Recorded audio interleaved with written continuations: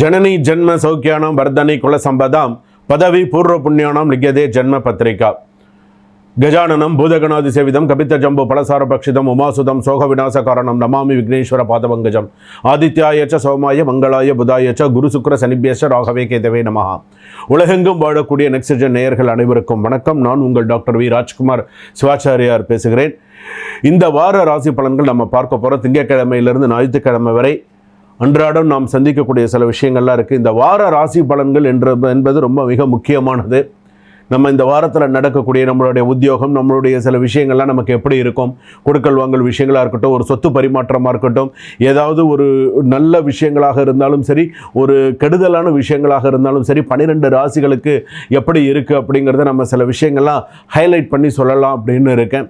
So யார் யாரெல்லாம் எந்தெந்த ராசிக்காரர்கள் மிகவும் கவனமாக இருக்க வேண்டும், எந்தெந்த ராசிக்காரர்களுக்கு சில பிரச்சனைகள், தேவையில்லாத வீண் பழி பிரச்சனைகள்லாம் வரப்போகிறது, இந்த வாரத்திற்கான சில முக்கியமான விஷயங்கள்லாம் என்னென்ன, யார் யாருக்கெல்லாம் சில பிரிவினைகள் ஏற்பட போகிறது அப்படிங்கிறத நம்ம பார்க்க போகிறோம். சில விஷயங்கள்லாம் வந்து பார்த்தீங்க அப்படின்னு சொன்னால் லாட் ஆஃப் மிஸ் அண்டர்ஸ்டாண்டிங்ஸ்ன்னு சொல்லுவாங்க. சில விஷயங்கள்லாம் நமக்கு எப்படி இருக்குது, என்னென்ன நம்ம பண்ணணும் பண்ணக்கூடாது அப்படிங்கிற மாதிரியான சில விஷயங்கள் இந்த வாரத்திற்கான என்ன பரிகாரம் பண்ணிட்டா அதிலிருந்து நம்ம ஓரளவுக்கு கொஞ்சம் நம்ம தற்காத்துக்க முடியும் அப்படிங்கிறத நம்ம பார்க்க போகிறோம். வாங்க வீடியோக்குள்ளே போகலாம்.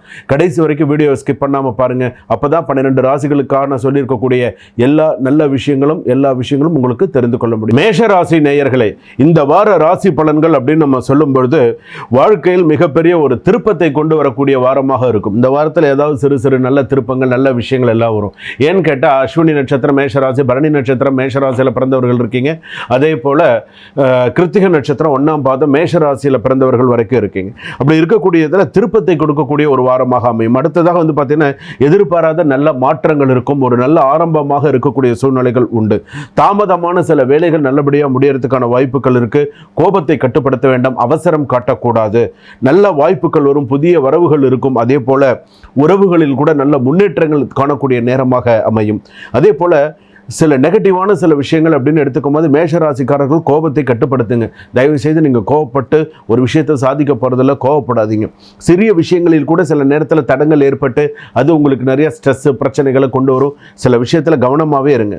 சில பேர் வந்து பார்த்தீங்க அப்படின்னு சொன்னால் பதவி உயர்வை எதிர்பார்த்துருப்பீங்க. சில பேர் வேலை மாறலாமா, சில விஷயங்கள் பண்ணலாமான்றமா எச்சரிக்கையாக இருங்க. இந்த வாரத்தில் சில பேர் வேணும்னு உங்ககிட்ட பிரச்சனைக்கு வருவாங்க, எச்சரிக்கையாக இருங்க.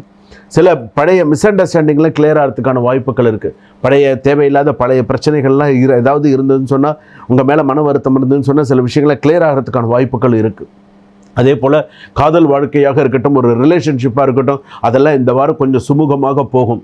ஆனால் அந்த வார இறுதியில் வந்து பார்த்திங்கன்னா ஒரு சிறு பிரச்சனை வந்துடும். ஸோ சில விஷயத்தில் கவனமாக இருங்க. அதே போல் நீதிமன்ற விஷயத்துலலாம் வந்து பார்த்திங்கன்னா ஒரு நல்ல முன்னேற்றத்தை தரக்கூடிய வாரமாக இருக்கும். அதே போல் சில நேரத்தில் வந்து பார்த்திங்கன்னா இந்த செவ்வாய்க்கிழமையில், புதன்கிழமையில், வெள்ளிக்கிழமையில் ஃபாஸ்ட் டிரைவிங் அப்படிங்கிறத கொஞ்சம் அவாய்ட் பண்ணிக்கோங்க. நான் முக்கியமாக ஏன் இந்த கிழமையை முன் வச்சு சொல்கிறேன் அப்படின்னு சொன்னால், இதில் ஒரு சில விபத்துக்கள் வரதுக்கான வாய்ப்புகள் இருக்குது. இந்த கிழமையில் நீங்கள் கொஞ்சம் கவனமாக இருங்க. அதே போல் வந்து பார்த்தீங்க அப்படின்னு சொன்னால் செவ்வாய்க்கிழமையில் முருகன் கோவிலுக்கு போனீங்க அப்படின்னு சொன்னால் நெய் தீபம் ஏற்றி முருகப்பெருமான வழிபாடு பண்ணுங்கள். முடிஞ்சால் ஒரு கந்தசஷ்டி ஒன்று படிங்க, இல்லைன்னா போட்டிருக்கிறத காதால் கேட்டால் கூட விசேஷமானது அப்படின்னு சொல்லுவோம். முருகப்பெருமானுக்கு நெய் தீபம் ஏற்றுங்க. குறைஞ்சபட்சம் ஒரு 2 நெய் தீபமாவது முருகப்பெருமானுக்கு ஏற்றி வச்சு மனதார வழிபாடு பண்ணுங்கள். அது எந்த மாதிரியான சுவாமியாக இருந்தாலும் சரி, வள்ளி தேவசனா சமேத சுப்பிரமணிய சுவாமியாக இருந்தாலும் சரி, பாலமுருகனாக இருந்தாலும் சரி, எந்த முருகனாக இருந்தாலும் நீங்கள் அந்த மாதிரி வழிபாடு செய்கிறது உங்களுக்கு ரொம்ப சிறப்பை தரக்கூடியதாக இருக்கும். அதிர்ஷ்ட எண்கள் 9. அதிர்ஷ்டமான கிழமை வந்து பார்த்தீங்க அப்படின்னு சொன்னால் திங்கக்கிழமையில் உங்களுக்கு நல்ல அதிர்ஷ்டம் இருக்குது. அதே போல் இந்த வாரத்தில் எடுத்துட்டோம் அப்படின்னு சொன்னால் வியாழக்கிழமையில் ஒரு அதிர்ஷ்டம் இருக்குது. ஸோ இந்த அதிர்ஷ்டத்தை பயன்படுத்திக்கோங்க. முக்கிய முடிவுகள் எடுக்கக்கூடிய வாரமாக அமையும். அதே போல் சில விஷயங்கள் வந்து பார்த்தீங்கன்னா, அதாவது பண பரிமாற்றம் அப்படின்னு சொல்கிறோம்ல, இந்த ஷேர் மார்க்கெட்டில் கொஞ்சம் பார்த்து இன்வெஸ்ட் பண்ணுங்கள், பார்த்து சில விஷயங்களை செய்யுங்க. அவசரம் காட்டாதீங்க. பண்ணுங்கன்னு அவசரப்படுத்தினாங்கன்னு சொன்னால் பண்ணாதீங்க. உங்களுக்காக தோணித்துன்னா பண்ணுங்க. ஏன்னா சில பேர் நிறைய நெருக்கடிகளை கொடுக்கக்கூடிய வாரமாக அமையும். பார்த்து நிதானித்து செய்யுங்க இந்த வாரத்தில். சுபம்.